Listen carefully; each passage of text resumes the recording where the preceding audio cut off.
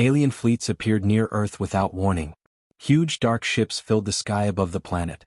They moved into place with perfect order. Soon, a single message was sent to every screen on Earth. The words were simple and cold. Humans were told to surrender. There was no threat in the message, only certainty. The aliens believed fear would do the work for them. In a quiet room, Mark stood beside a large window. He watched the clouds drift while the message played again on a screen behind him. Helen stood near the table, her arms crossed. Neither of them spoke at first. They had trained for panic, for shouting, for chaos. What they felt instead was silence. Around the world, people stopped and looked up. Streets slowed. Factories paused. There was fear, but it did not turn into screaming. Families gathered. Soldiers waited at their posts. Scientists checked data again and again. No one pressed the button to reply. The aliens waited. They expected begging or anger. They expected noise. What they saw was stillness. Earth did not bow. Earth did not rush. Mark finally turned away from the window. He looked at Helen and nodded once. The choice was clear without words. Humanity would not answer yet. They would watch. They would learn. They would stand. Above Earth, the alien ships adjusted their formation. Their systems showed no reply from the planet below. This was not how surrender was supposed to begin. On Earth, the message stayed unanswered. The alien ships remained in place above Earth. Minutes passed, then hours. No message came back. Their sensors searched for signs of fear. They expected riots, power loss, and chaos. Instead, cities stayed calm. Lights remained on. Trains kept moving. Signals from Earth stayed steady and strong. In one city, Alex walked into a control station as he always did. He checked screens and reports. His hands were steady. Outside, traffic flowed as normal. People talked in quiet voices, but they still went to work. Fear existed, but it did not rule them. Nora worked in a medical center across the city. She helped patients and checked supplies. She heard the alien message earlier that day. It stayed in her thoughts, but she did not stop. She believed panic would only make things worse. Others around her felt the same. Deep below the cities, defenses began to prepare. Doors closed softly. Systems powered up in silence. No alarms sounded. No speeches were made. Everything was done carefully and slow. Humanity chose control over speed. The alien commanders watched Earth closely. Their reports made no sense. Humans were supposed to beg or strike out in fear. Instead, they waited. This delay caused confusion among the invaders. They had no clear response to study. The longer Earth stayed calm, the more uncertain the aliens became. Obedience was expected. What they found was patience. The silence from Earth continued. Small alien probes moved forward from the main fleet. They were fast and silent. Their goal was simple. They wanted to test Earth. They crossed into near space and began to scan everything below them. Earth did not attack right away. The probes moved closer. Data flowed back to the alien ships. Still, there was no reaction. The aliens believed this meant weakness.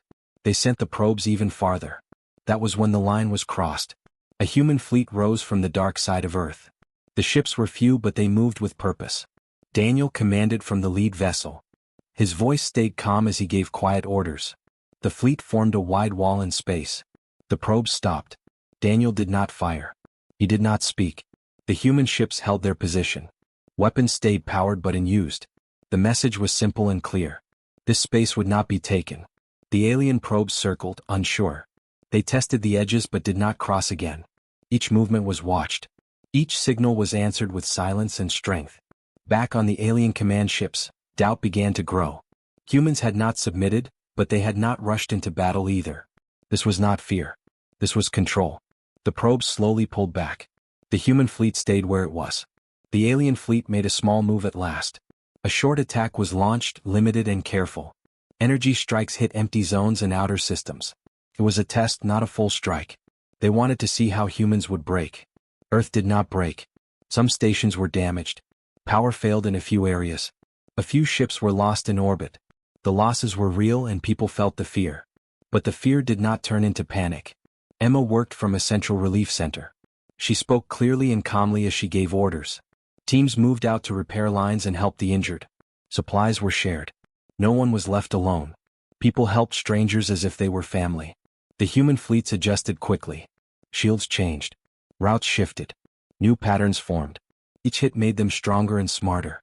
The aliens watched and took notes, but the notes brought concern instead of comfort. Humans mourned their losses, but they did not turn on each other. They stood closer.